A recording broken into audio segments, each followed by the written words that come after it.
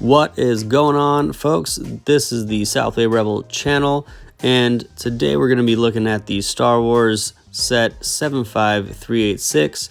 It's Paz Vizsla and Moff Gideon's battle, and it is 289 pieces. We'll start off with the box art, looking pretty good on the front there. The side looks good as well, nice colored images, and the back also looks pretty decent. I picked this up a while back. I put it together a while back, and I'm just finally getting around to doing the video. So a little late to the punch, but I hope you guys enjoy this. Here's the 1:1 scale on the side or top, maybe, I forget. But yeah, here it is all put together. We'll break this down into a few sections, but that's the finished product there, and it looks pretty good. Now, if you don't know, this is made to represent a scene that was in The Mandalorian Season 3, and it's one of the better scenes in that season, so if you haven't checked it out, I would definitely recommend going and taking a look at that, giving it a watch. Pretty cool stuff. Now that we've got the box out of the way, we can see how well this thing is going to display. It looks pretty nice. There's definitely a bit of action going on the front there. You've got that nice gate as a backdrop to this scene, and you see Paz Vizsla taking on those two Praetorian guards, and you've got Moff Gideon up at the top in that gunner position. We've also got some playability with that gate being able to open, and there is a locking mechanism in the back to allow it to stay open, which is pretty cool. And in addition to that, in terms of playability, we also are able to rotate that gunner position where Moff Gideon is and have that on a swivel. So that's pretty cool. And here's a look at the back of the build. Now the gate just lifts open with that knob, you just pull up on it, but off to the left there you can see that piece.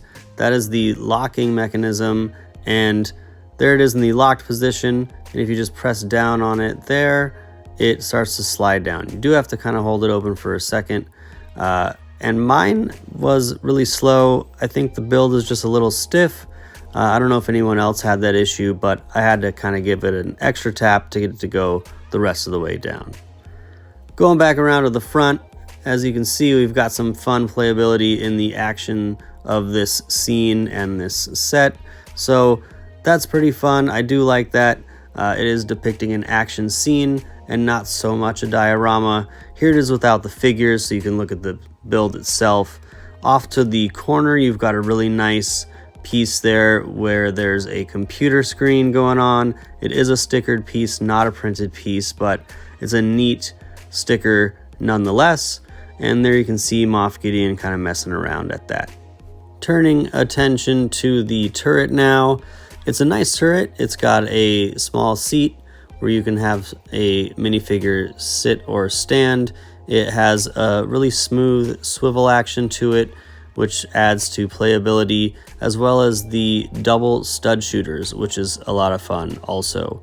I believe you can get him to sit at this position, but I wanted to stand him up. It looks a little funny, I know, but I wanted you to be able to see Moff Gideon in all his glory, because he's a really nice minifigure, which we'll get into detail on a little later, but there he is at the turret, and I'm pretty happy with how much that adds to this build.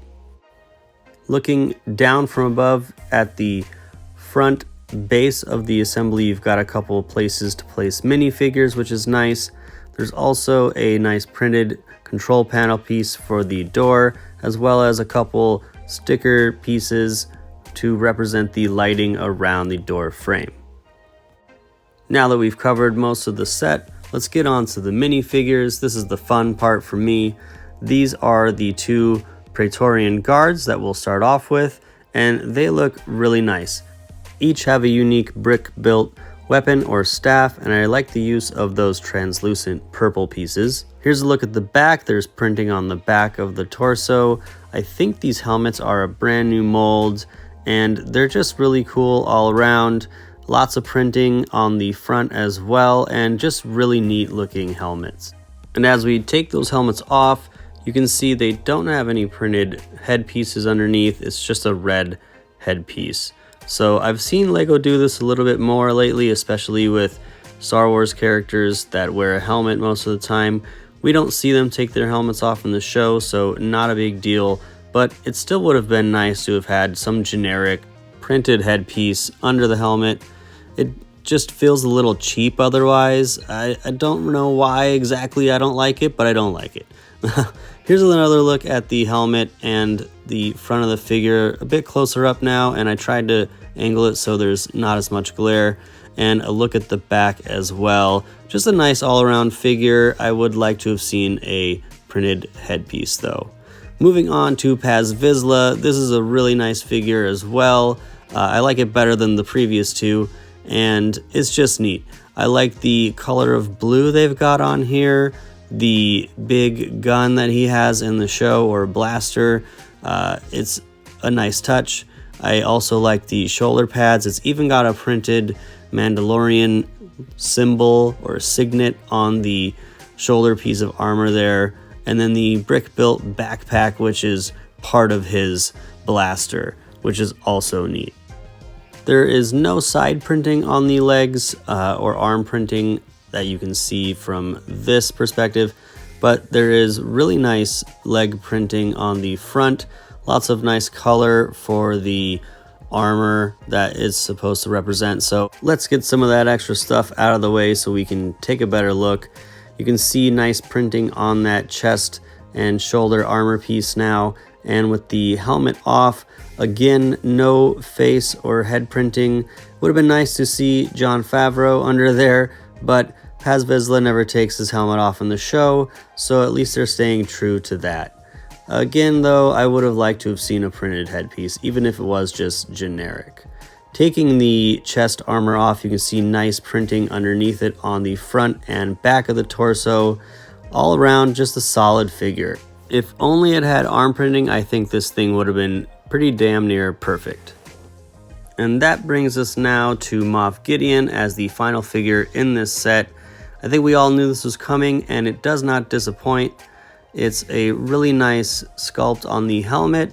I dig all the black with the red accents. It's very cool, very badass, very dark side, and you can definitely tell this is a bad guy.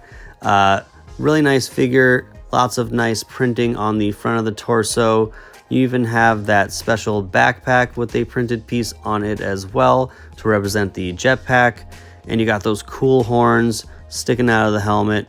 So this thing is just neat all around. Here's another close-up shot of it as well, and you can see the detail. Really nice printing on the torso, and even the printing on the helmet right on the chin piece there, or above the chin piece, is really nice. It's incredible how they get that smallest detail on there, and it's really a testament to the quality that they're able to achieve. Sometimes. Looking at the face under the helmet, you've got two sides. You've got angry and subdued, and you also get an alternate hairpiece, which is pretty neat, and a little thermal detonator there to put in his hand. It's an all-around great figure that did not disappoint.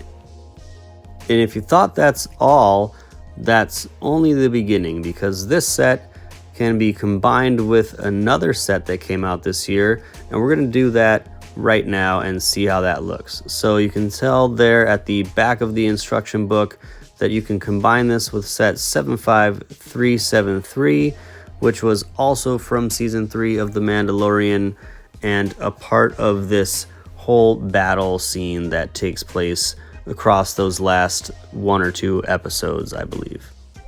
As you can see, there is a pegged piece there in that corner, as well as a hooked piece on the opposite side, and likewise the other set has a pegged piece and a hook piece, and that allows you to combine these.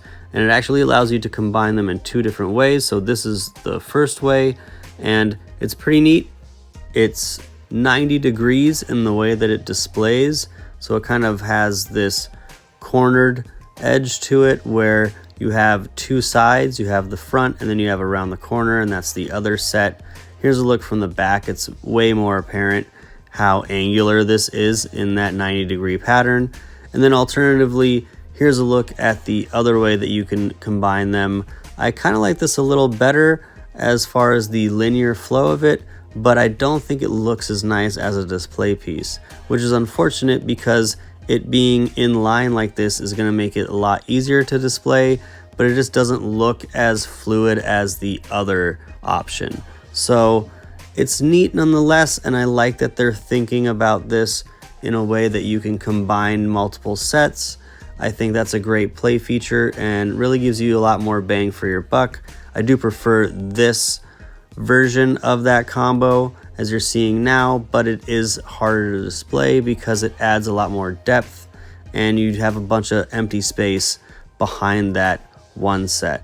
So kind of on the fence about how I feel about the combination in terms of how well it was executed. I feel like it could have been a little bit more well thought out, but A for effort in the fact that they threw that in as a feature at all, and I think it was pretty cool. I'd love to know your guys' thoughts on this set as well as the other one and that combo feature. Do you love it, hate it? Do you think it could be better like me? Would you like to see Lego do stuff like that more in the future? I would. I think it can only improve from here, so I'm really excited to see what else they do if they continue to experiment with that feature. That's going to do it for this video for me. If you liked it, give it a thumbs up, subscribe, and until next time, I will catch you on the flip side.